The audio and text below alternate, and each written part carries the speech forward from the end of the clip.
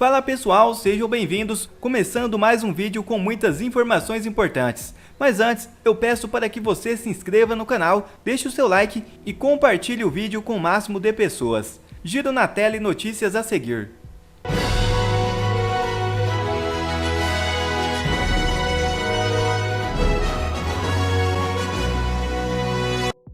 Até a Globo já volta atrás e começa a abandonar Lula. Colapso é iminente. Assista.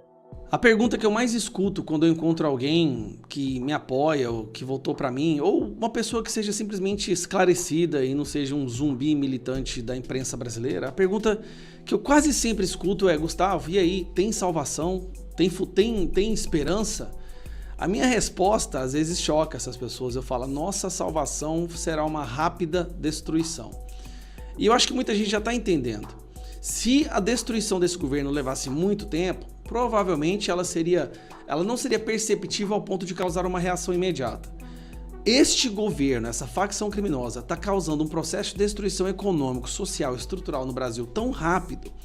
Pô, só você acompanhar os prefeitos indignados, as pessoas sendo retiradas do Bolsa Família, a segurança pública perdendo a estribeira, a Bahia virou uma guerra civil e o auxílio gás sendo retirado, o investimento indo embora, empresas fechando. Bom, o colapso está sendo tão rápido, tão acelerado, que se torna rapidamente perceptível em uma reação imediata. Nós estamos em um ponto onde até mesmo os maiores passadores de pano do Lula já não estão dando conta mais. Vocês viram ontem, o Felipe Neto já viu que fez merda e tá dizendo que vai se afastar agora da política, do YouTube e do Twitter. Ele sabe que ele fez merda. Agora, uma das maiores passadoras de pano na Globo, depois da Miriam Leitão, é essa pessoa aqui, ó. E aí eu quero que, se até a Globo, que antes o que é ruim do governo, o que é ruim do Lula, eles escondem, eles engavetam, não publicam. Mas a situação já não tem como mais ser escondida, que ela falou isso aqui, ó. Foi o primeiro ano da pandemia, um ano com... Saiu o resultado primário das contas públicas no período que vai de janeiro a agosto deste ano. E ele é o pior desde 2020, que foi o primeiro ano da pandemia, um ano com padrão de gasto totalmente heterodoxo. E o que a gente tem agora? Um rombo de quase 80 bilhões de... Isso, um rombo de quase 80 bilhões de reais de janeiro a agosto. Só que aí eu vou e pego a última medida, né, o último cálculo que foi feito, e preste atenção nisso aqui. Rombo nas contas do governo supera 100 bilhões de reais. Aumentou o rombo em 20 bilhões em um mês. Em um mês, o rombo aumentou 20 bilhões. Déficit primário foi de 103 bilhões em valores reais, o pior resultado de janeiro a agosto desde 2020. Eu quero que você entenda que em 2020 foi a época da Covid, onde o governo foi obrigado a despejar dinheiro nas prefeituras e nos governadores, nos estados, para poder criar uma estrutura de combate ao desemprego e à Covid. Mesmo assim, esse governo está conseguindo ser pior do que uma pandemia mundial. Dá uma olhada nesses números aqui, ó. Que eu quero mostrar, tá aqui, ó. Cadê? Aqui. Em janeiro, o ministro da Fazenda, Haddad, se comprometeu a um déficit primário de 100 bilhões, ou 1% do PIB, Produto Interno Bruto, em 2023. Esse valor foi alcançado no 7º mês. Ele alcançou a meta de déficit primário na metade do primeiro ano. Era para ser em um ano, foi na metade. Pelo cálculo, então, vai passar de 200 bilhões. Nós temos aí setembro, outubro, novembro e dezembro, 4 meses, 20 bilhões em cada um, já passou de 100. 180, 190 bilhões, e está aumentando cada vez mais porque os gastos não param. Há uma possibilidade de nós passarmos de 200 bilhões de reais. Esse governo está destruindo o Brasil muito rápido. E eu não estou celebrando, porque isso vai ser muito prejudicial para o poder aquisitivo do povo brasileiro. Nós vamos ter o retorno da inflação, nós vamos ter o retorno do desemprego assim, exacerbado. Mas, de certa forma, as pessoas acordaram. O que não falta hoje, quando você acessa qualquer rede social, são pessoas que se dizem arrependidas. Prefeitos, vereadores, militantes, militantes influenciadores que agora viram que eles fizeram besteira e estão voltando atrás. Assim, nunca se viu tanto arrependimento. E é impressionante, sinceramente. O que eu estou percebendo? As pessoas que provavelmente vão para as ruas em breve para derrubar esse governo são os próprios eleitores deles. Eles estão sentindo na pele a besteira que fizeram. E dia 15 de novembro, como vocês sabem, já tá aí, o boato já tá correndo, 15 de novembro é o dia de voltar para as ruas. Nós vamos ter agora manifestações dia 8 e dia 12, na questão do aborto, das invasões do STF nas atribuições do Congresso, mas dia 15 de novembro nós vamos para as ruas para pedir respeito à democracia. Pelo amor de Deus, só isso que a gente pede. Respeito à democracia, que o STF não interfira mais no Congresso, deixe o Congresso legislar e que esse governo pare de destruir a economia. Então nós temos pautas, o que não faltam, né? O que não faltam para nós são pautas agora. Então é isso, dia 15 de novembro. E mais uma vez, até a Globo já está desistindo do Lula, viram a besteira que fizeram. Um abraço, pessoal. General Heleno desconstruiu acusações infundadas e silenciou governistas na CPMI do 8 de janeiro. Veja o vídeo. O senhor trabalhou 45 anos de serviços prestados, de lealdade ao Brasil. O senhor chegou a general de 4 estrelas, comandante militar da Amazônia, primeiro comandante das forças de paz na ONU, no Haiti. General Heleno foi o primeiro colocado nos 3 principais cursos de formação do Exército Brasileiro, na AMAN, na ESAO e na ESEME. É tricoroado, fato raro na história militar. É um símbolo de competência e de excelência, não apenas para o Exército Brasileiro, mas para todo o Brasil e para todo cidadão de bem. No 8 de janeiro, o senhor não estava mais como chefe ministro do GSI, não estava trabalhando mais com a presidência, o senhor não promoveu os atos, não financiou, nem estava nos atos de 8 de janeiro. O senhor não tem qualquer relação com 8 de janeiro. O senhor trabalhou 4 anos com o presidente Jair Bolsonaro. Inclusive, nos 2 últimos meses que já havia o resultado das eleições, o presidente já sabia que deixaria o poder. O senhor acha plausível, há alguma lógica, que haja alguma ruptura constitucional depois de deixar o poder, em janeiro, já com outro presidente? Eu acho que é uma especulação que não tem fundamento, é uma coisa que normalmente não aconteceria, como não aconteceu. O presidente Bolsonaro, ele estabeleceu, principalmente conosco, que estavam muito próximos, que ele ia jogar dentro das 4 linhas. Não aceitou nenhuma proposta que atravessasse a Constituição, que pudesse causar um abalo profundo no país, podia causar até uma guerra civil. Ele nunca se propôs a partir nesse caminho. O senhor era o ministro-chefe do GSI no 7 de setembro de 2022 e 2021. O senhor se lembra quantas pessoas havia na esplanada dos ministérios ali no 7 de setembro de 2022 e 2021? É cifra de 1 milhão de pessoas. Né? Mais de 1 milhão. Algum prédio público sofreu algum dano? Não, nada. No 8 de janeiro de 2023, general, havia cerca de 4.000 pessoas, como já comprovamos aqui por depoimentos da Polícia Militar e de demais. Nós já comprovamos aqui que a Polícia Militar estava com efetivo que não era condizente, que o GSI sabia, tinha ciência de tudo e foi omisso, que o MJ sabia, tinha ciência de tudo, aparelhou a Força Nacional e não a empregou, que eram cerca de 4 mil pessoas, mas que na realidade, dentro desses manifestantes, apenas 500, no máximo 1.000, eram vândalos, sem nenhum apoio político, sem apoio militar, sem qualquer liderança, que entraram para uma quebradeira, que tem que ser responsabilizado quem praticou esses crimes. Eu entro na pergunta que não foi feita, fazendo um comparativo da sua experiência. Isso se trata de terrorismo, golpe de Estado? O que seria um golpe de Estado para o senhor? Precisava ter um chefe, né? E não tinha esse chefe já planejado. O golpe de Estado precisa ter alguma tropa, nem que seja paramilitar, para impor uma decisão a um país. Não é uma coisa que aconteça, entra aqui, senta aqui na cadeira. Não acontece dessa maneira. O presidente Bolsonaro se manifestou por diversas vezes que não sairia das 4 linhas da Constituição e realmente não praticou nenhum ato que viesse a desobedecer a ordem constitucional. O presidente Bolsonaro participou do pleito eleitoral. Após o resultado, teve uma reunião com os ministros do STF, reconhecendo o resultado. Ao final do ano, fez sua mudança dos prédios, dos palácios, da Alvorada e do Planalto, e fez a transição legal de governo, inclusive com os seus ministros. Eu preciso que o senhor enfatize mais como foi a transição, o contato com o general G. Dias, se houve a disponibilidade para ele trabalhar, ter consciência e poder fazer suas indicações.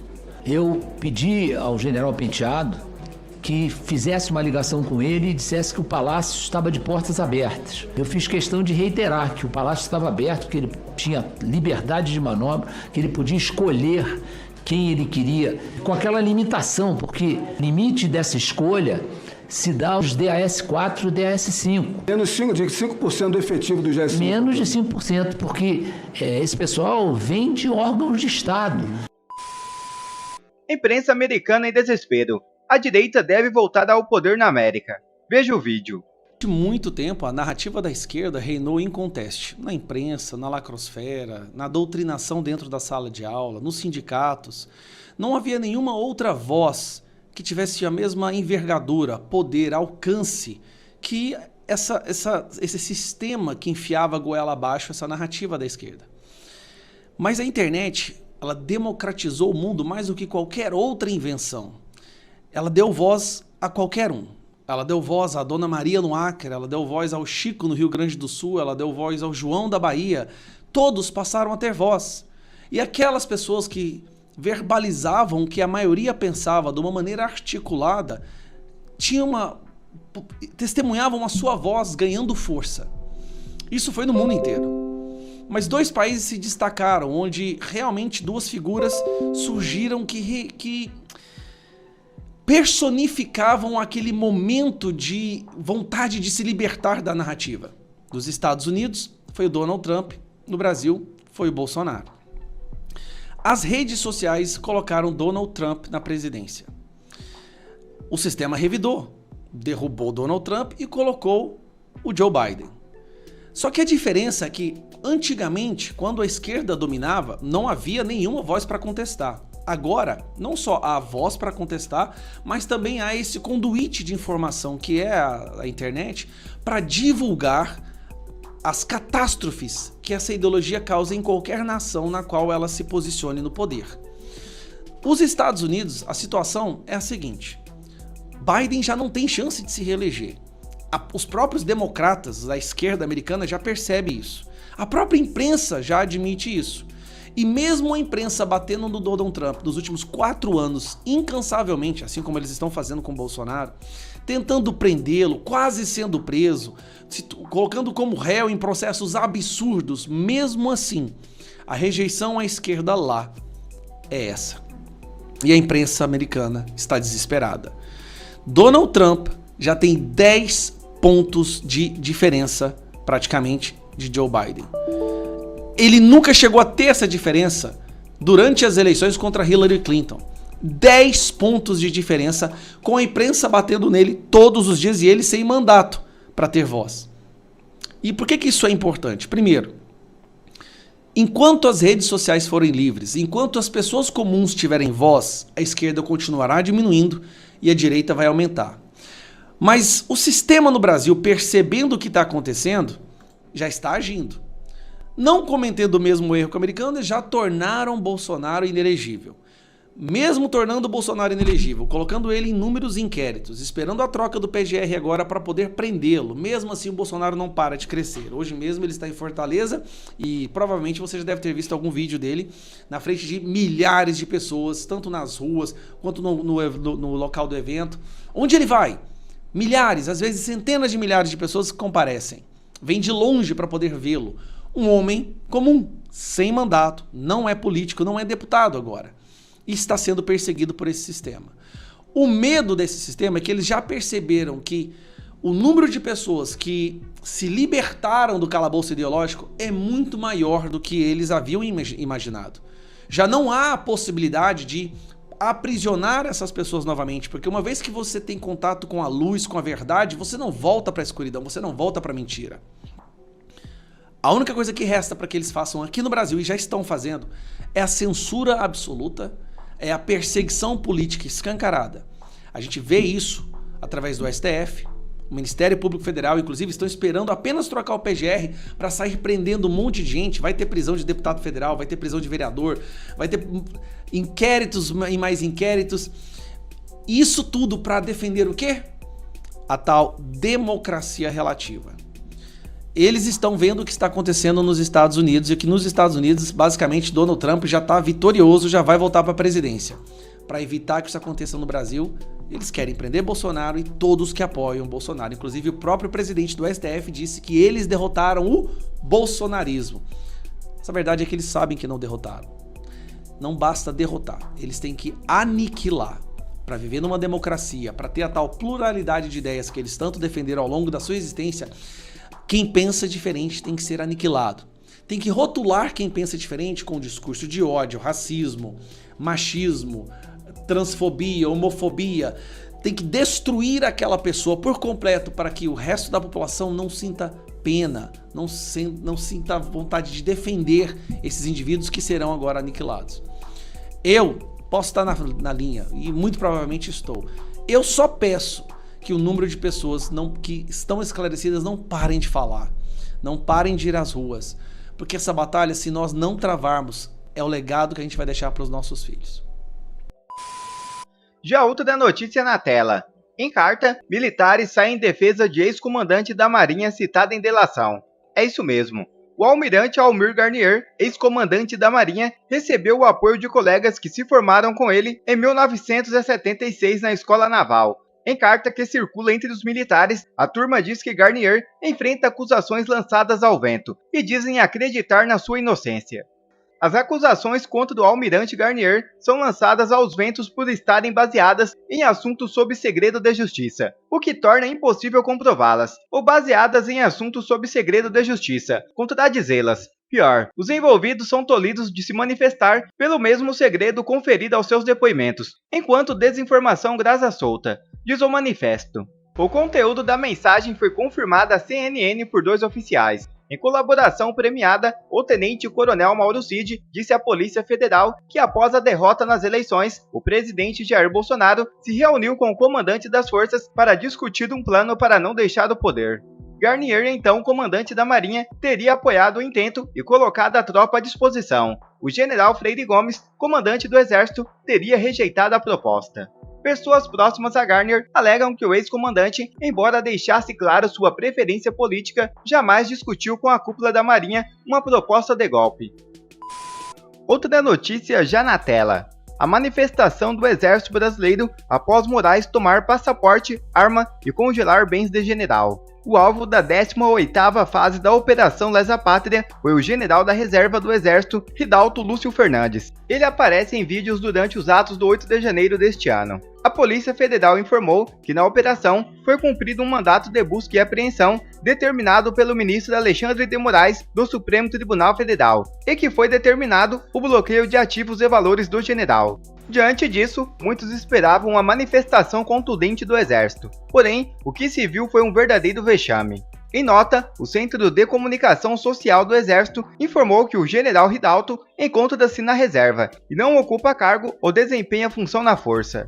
Cabe destacar também que o Exército não se manifesta no transcurso do processo de investigação a cargo de outros órgãos, diz a nota. E aí, o que vocês acharam desse posicionamento do Exército? Deixem aqui nos comentários. Bom, quer receber mais conteúdos como esse? Então inscreva-se agora mesmo no canal, deixe o seu like e compartilhe o vídeo com o máximo de pessoas. Assim você vai estar me ajudando demais.